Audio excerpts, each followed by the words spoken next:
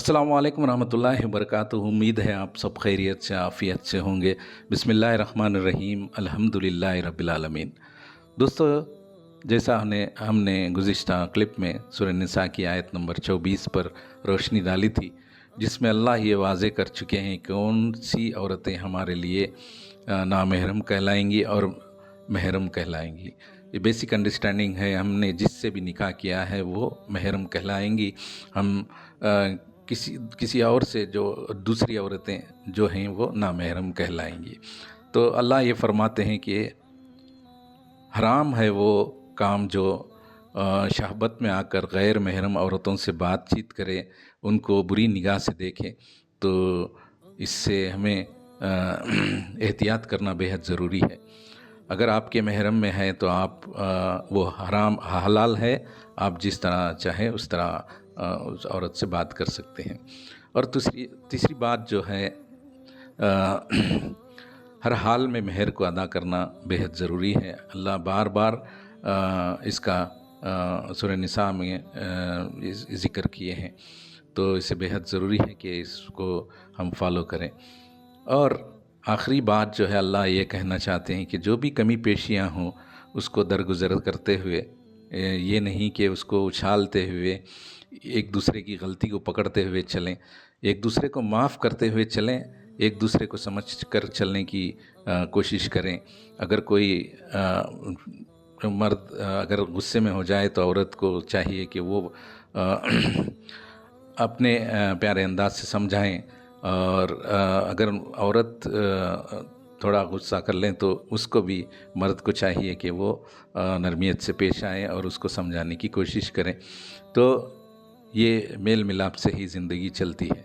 तो बेसिकली अल्लाह ये कहना चाहते हैं कि हर हाल में बेसिक अंडरस्टैंडिंग के साथ बियॉन्ड नथिंग करें। जो भी होगा अल्लाह की तरफ से जजमेंट होगा, अल्लाह का डिसीशन होगा।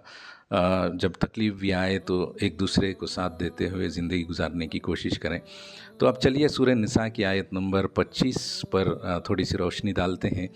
अल्लाह इसमें ये वाज़े करते हैं कि अगर आपकी इस्तिताअत ना हो तो आप अफोर्ड नहीं कर सकते, एक अच्छे औरतें मालदार जो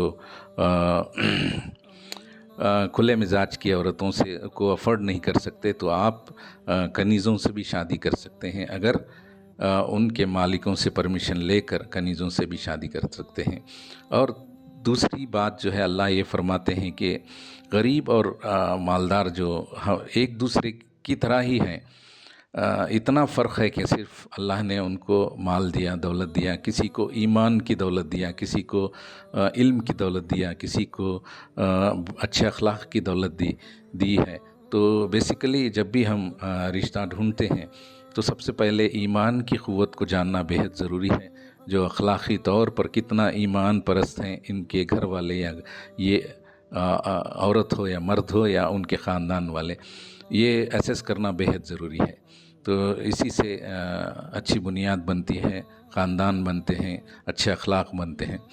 तो और अल्लाह और फिर रीइटरेट करते हैं कि महर पर महर अदा करना बेहद ज़रूरी है, उनके हुकूक़ पूरे करना बेहद ज़रूरी है।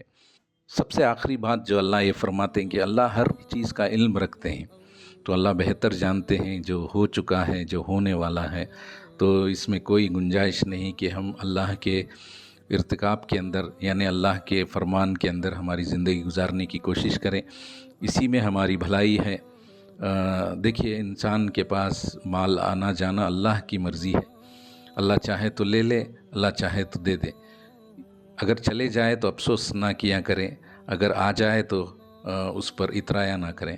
तो बेसिकली अल्लाह के अहकाम पर चलकर अपनी ज़िंदगी गुजारना, और अपने आप को एसेस करें कि क्या वाकई में हम शरीयत के हिसाब से हमारी ज़िंदगी गुज़र रही है या नहीं। तो अगर नहीं गुज़र रही है तो हमारे क्या गुनाह हैं जो हम डेली बेसिस पे दोहराते हैं। तो इसको रोकते हुए ज़िंदगी गुजारना बेहद ज़रूरी है। और नमाज़ों की पाबंदी करें, इसी में हमारी भलाई है। मैं इस बात को कहते हुए ख़त्म करता हूँ। जज़ाकल्लाहु खैर।